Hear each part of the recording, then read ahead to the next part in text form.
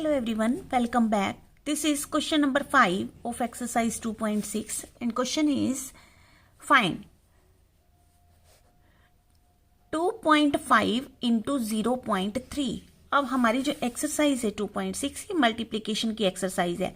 पहले क्वेश्चंस में हमें होल नंबर को हमने डेसिमल नंबर से मल्टीप्लाई किया, 10, 100, 1000 से मल्टीप्लाई किया। अब क्या क्वेश्चन है कि एक दोनों ही नंबर जो हैं ये डेसिमल के नंबर्स हैं, ठीक है।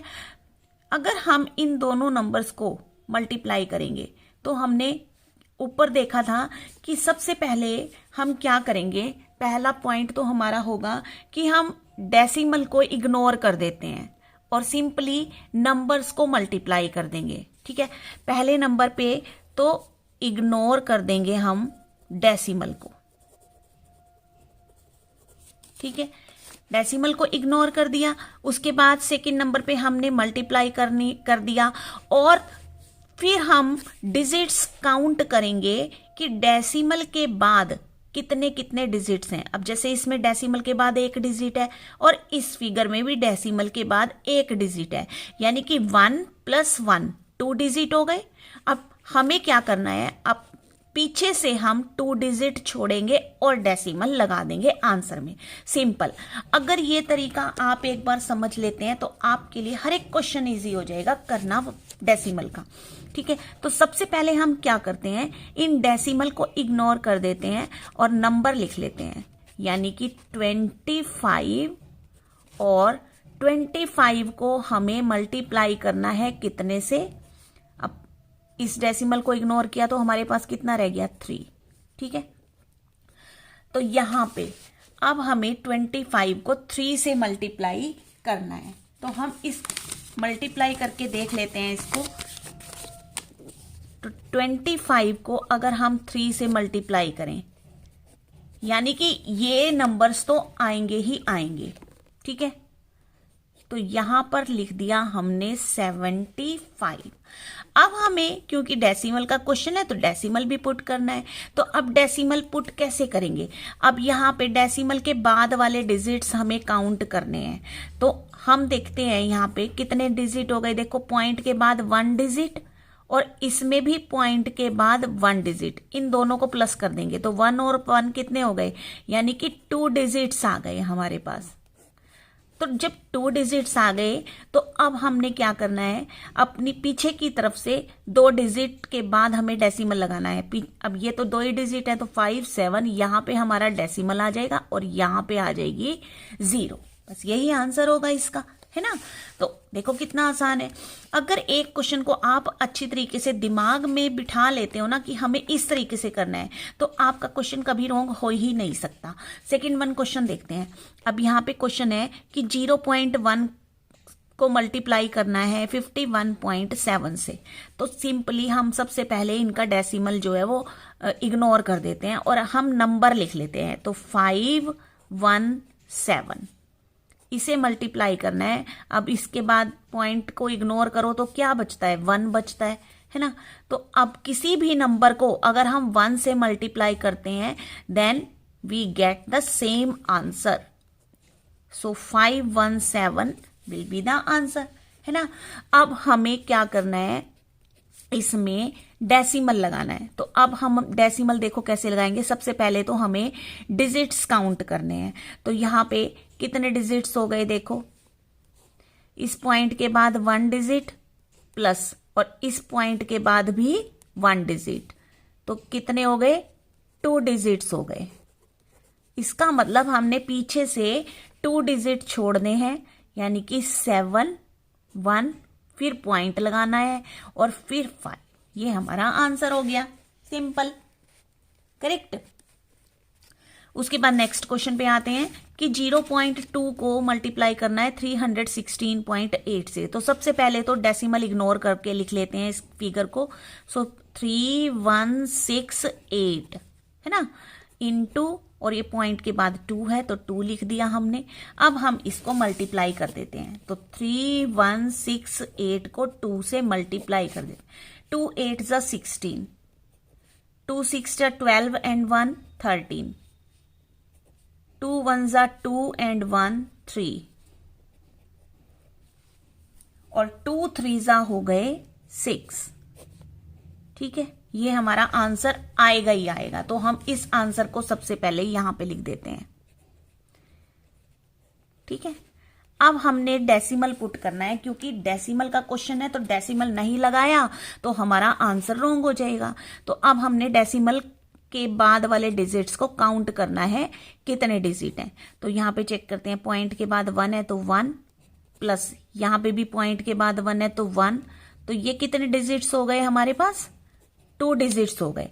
इसका मतलब हमने पीछे से 2 डिजिट छोड़ने हैं और डेसिमल लगाना है।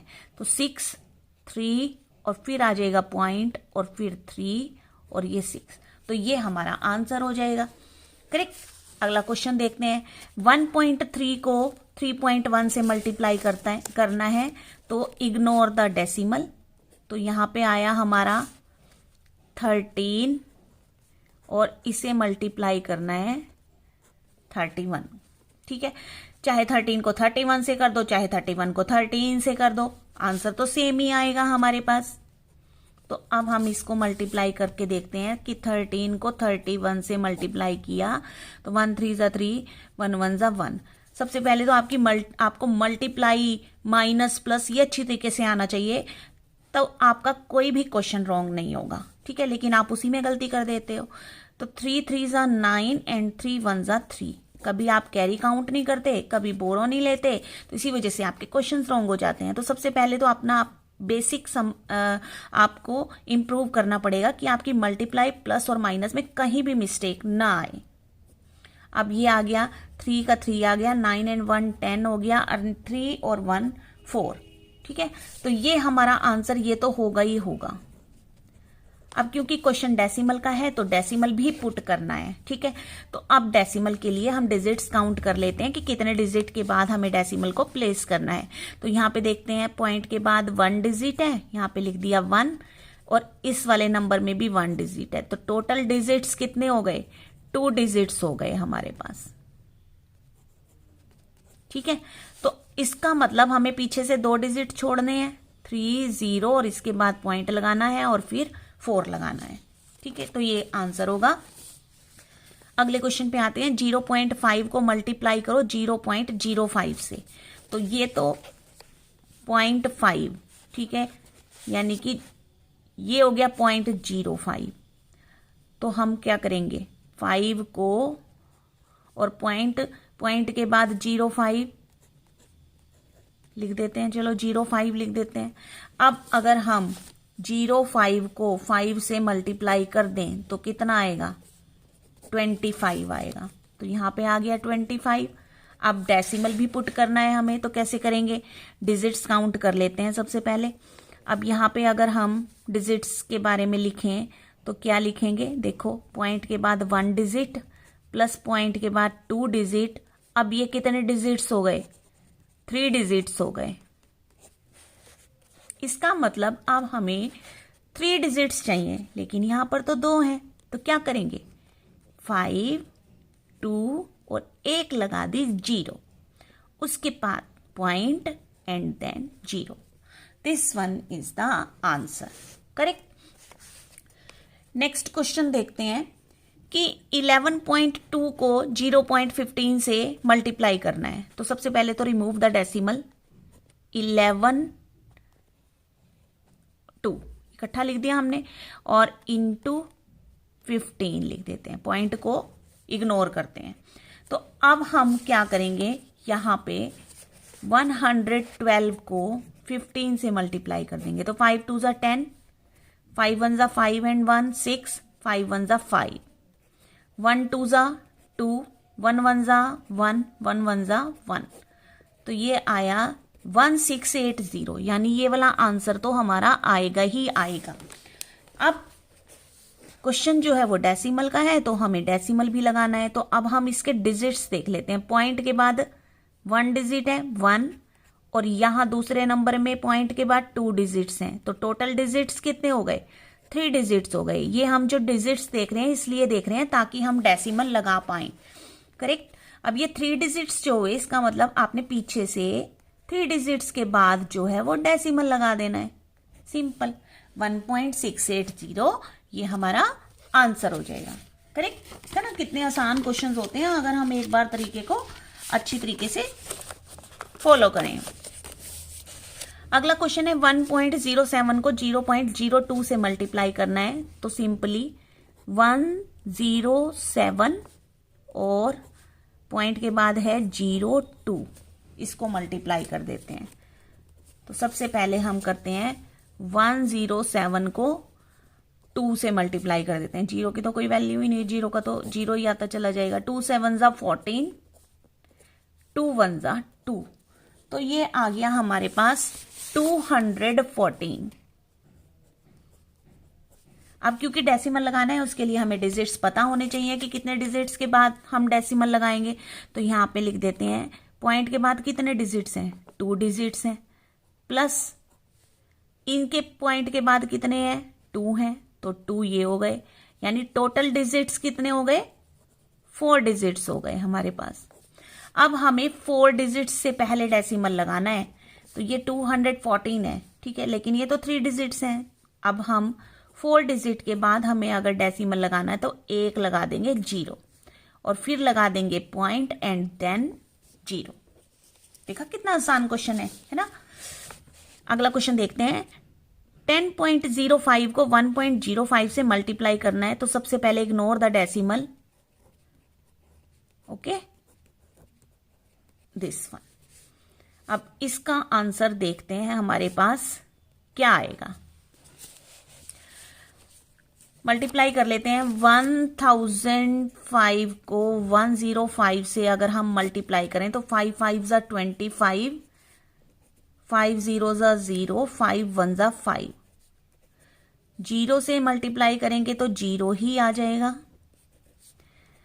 1 से करेंगे तो 1 5 ज़ा 5, 1 0 ज़ा 1 0 ज़ा 0, 1 1 ज़ा 1।